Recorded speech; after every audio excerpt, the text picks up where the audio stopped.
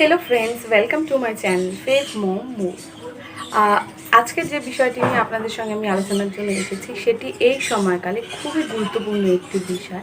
সেটি হচ্ছে আমরা বাচ্চাদেরকে কিভাবে তাদের ইমিউনিটি সিস্টেমকে বুস্ট করতে পারি, কিভাবে বাড়াতে পারি বাচ্চাদের ইমিউনিটি সিস্টেম। সেই বিষয় নিয়ে রয়েছে বেশ কিছু টিপস।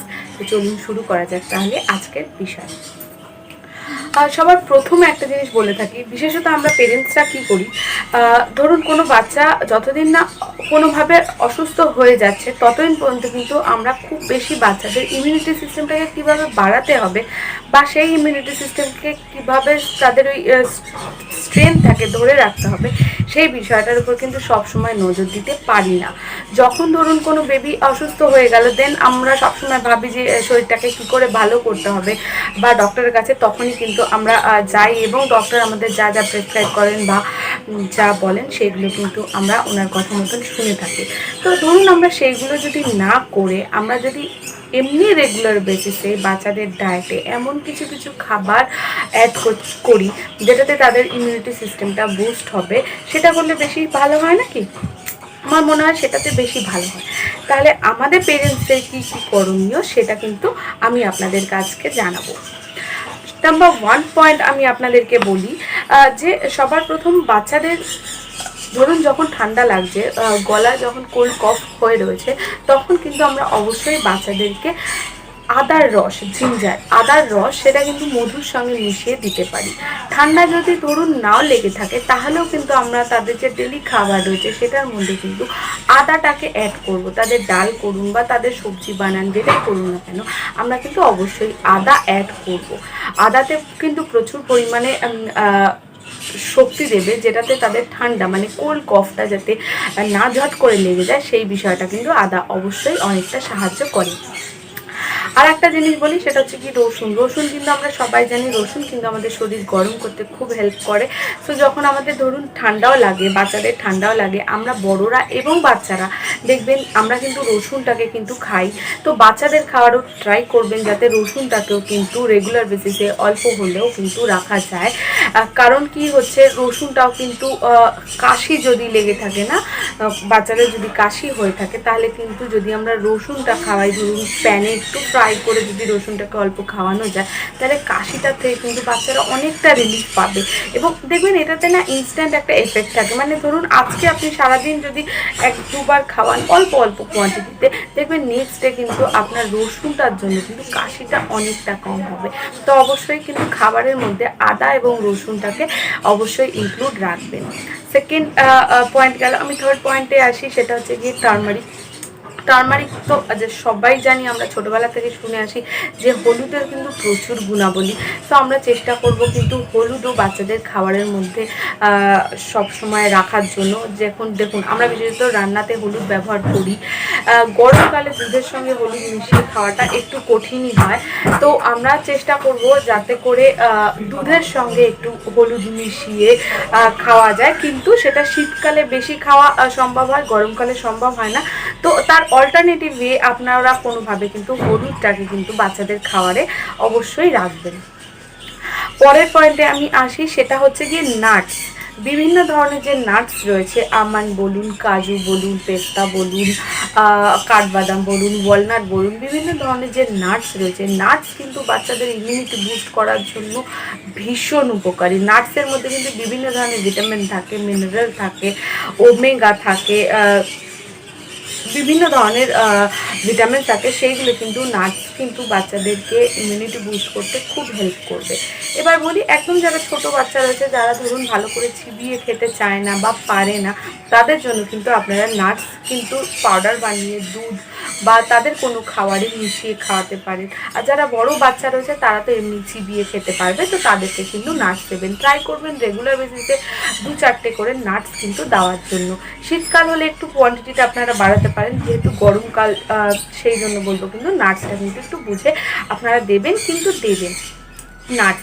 আমি পরের পয়েন্টে আসি, সেটা হচ্ছে কি চিজ বিশেষত সবাই খেতে খুব ভালোবাসে, বাচ্চা বড় সবাই খেতে খুব ভালোবাসে চিজের মধ্যে কিন্তু প্রচুর পরিমাণে জিঙ্ক থাকে, প্লাস হচ্ছে প্রচুর প্রোবায়োটিক থাকে, যেটা কিন্তু শরীরে ধরুন কোনো ইনফেকশন হলো সেটা কিন্তু অটোমেটিক কিন্তু ট্রাই করে ওগুলোকে রিমুভ করার জন্য। তো চিজটা আপনারা বিভিন্নভাবে মিশিয়ে দিতে পারেন, যেমন ছোট বাচ্চাদের তো এমনিও চিজ তারা দাদি কেটে কেটে খেতে ভালোবাসে, বা ধরুন পাস্তার মধ্যে বা ব্রেডের মধ্যে বিভিন্নভাবে কিন্তু চিজটাকে আপনারা ইউজ করতে পারেন খাবারের মধ্যে, এবং সেইগুলোকে দিতে পারেন। পরের পয়েন্টে আসি, সেটা হচ্ছে কি গ্রিন ভেজিটেবল। এবার গ্রিন ভেজিটেবল দেখুন, সব ধরনের গ্রিন ভেজিটেবলই কিন্তু শরীরের জন্য খুবই উপকারী। তার মধ্যে কয়েকটা জিনিস একটু আমি মেনশন করব যেগুলো ভীষণই ভালো, যেমন ধরুন হচ্ছে গিয়ে পালং শাক, যেমন ধরুন হচ্ছে গিয়ে ব্রোকলি, যেমন হচ্ছে গিয়ে মাশরুম, বিনস, এইগুলো কিন্তু ভীষণ উপকারী শরীরের জন্য। তো চেষ্টা করবেন অল্টারনেটিভ ডেতে এই জিনিসগুলো কিন্তু খাবারের মধ্যে যাতে থাকে। এছাড়া আরও যে অন্যান্য গ্রিন ভেজিটেবলস আছে সেগুলো আপনারা অবশ্যই তাদের ডায়েটে রাখতে পারেন, কিন্তু যে নামগুলো আমি বললাম সেগুলো ট্রাই করবেন অল্টারনেটিভ বেসিসে যাতে দেওয়া যায়, কারণ এইগুলোতে কিন্তু অনেক বেশি ভিটামিন থাকে, অনেক বেশি ম্যাগনেসিয়াম থাকে, সেগুলো কিন্তু শরীরে খুব উপকারী। নেক্সট পয়েন্টে আমি যাই, সেটা হচ্ছে গিয়ে ফ্রুট কিন্তু কোনো কিছু বলার অপেক্ষা রাখে না ফ্রুটের জন্য। ফ্রুট কিন্তু শরীরের জন্য খুবই উপকারী। ডেলি বেসিসে সবার প্রথম তো বলাই হয় যে রোজ একটা করে অ্যাপেল খাওয়ার জন্য, কারণ অ্যাপেলের মধ্যে vitamin A, E, C, B1, B2, এছাড়াও একটা গুড অ্যান্টিবায়োটিক থাকে, যেটা আমাদের শরীরে ধরুন কোনো রকম ইনফেকশন রয়েছে, কোনো রকম খারাপ কিছু ধরুন কোনো রোগ রয়েছে, সেটা কিন্তু অটোমেটিক ওটাকে তাড়াতে কিন্তু খুব হেল্প করে। অ্যাপেল তো বাচ্চাদের খাওয়ারের চেষ্টা করবেন যে অ্যাপেলটাকে অবশ্যই রাখার জন্য।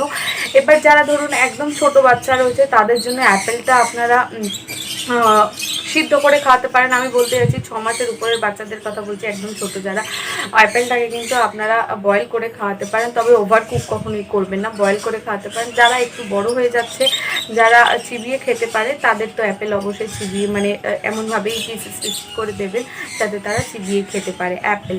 আর একটা ফলের কথা বলবো, সেটা হচ্ছে পাপায়ার মধ্যে কিন্তু প্রচুর ভিটামিন সি থাকে। ভিটামিন সিতে পুরো পরিপূর্ণ পাপায়া বলুন বা লেমন বলুন, আমি বলতে চাইছি লেবু, মুসুম্বি বলুন, অরেঞ্জ বলুন, এগুলোতে তো জানবেনই যে ভিটামিন সি প্রচুর থাকে। পাপায়াতেও প্রচুর ভিটামিন সি থাকে। তো চেষ্টা করবেন যাতে পাপায়া, তারপরে লেবু, এই জাতীয় ফলগুলোকেও যাতে ভিটামিন সি এর জন্য দেওয়া যায়। অল্টারনেটিভ ডেতে দেবেন। যদি ছোট বাচ্চা হয় পাপায়া, তাহলে পিউরি বানিয়ে খাওয়াতে পারেন। বড় যারা হয় তাদেরকে কেটে দেবেন যাতে করে ওরা খেতে পারে। এই জিনিসগুলো শরীরে ঢোকা খুবই দরকার। এগুলোতে শরীরে ইমিউনিটি বুস্ট করবে, অনেক স্ট্রেংথ দেবে, যে কোনো ধরনের রোগ প্রতিরোধের ক্ষমতাকে প্রচুর বাড়িয়ে তুলবে। ঝট করে সামান্য যদি সর্দি কাশিও লেগে যায় না, দেখবেন যে ওষুধ ছাড়াই বা একটা বেলা যদি ওষুধে দেন না, দেখবেন আপনার বাচ্চা কিন্তু তাড়াতাড়ি সুস্থ হয়ে উঠবে। আপনাদের অত চিন্তা করতেই হবে না যে ডাক্তারের কাছে যাওয়া পর্যন্ত, করতেই হবে না। আচ্ছা, পরের পয়েন্টে আসি, সেটা হচ্ছে কি চিকেনের মধ্যে প্রচুর প্রোটিন থাকে, কিছু বলার অপেক্ষাই রাখে না চিকেন। আর ছোট বাচ্চা বলুন, বড় বাচ্চা বলুন, সবাইকে চিকেন স্টু দেওয়া যেতে পারে। যারা একটু বড় হয় তারা স্টুয়ের সঙ্গে সঙ্গে চিকেনও খেতে পারবে। একদম ছোট বেবিরা তাদেরকে কিন্তু স্টু বানিয়ে আপনারা খাওয়াতে পারেন।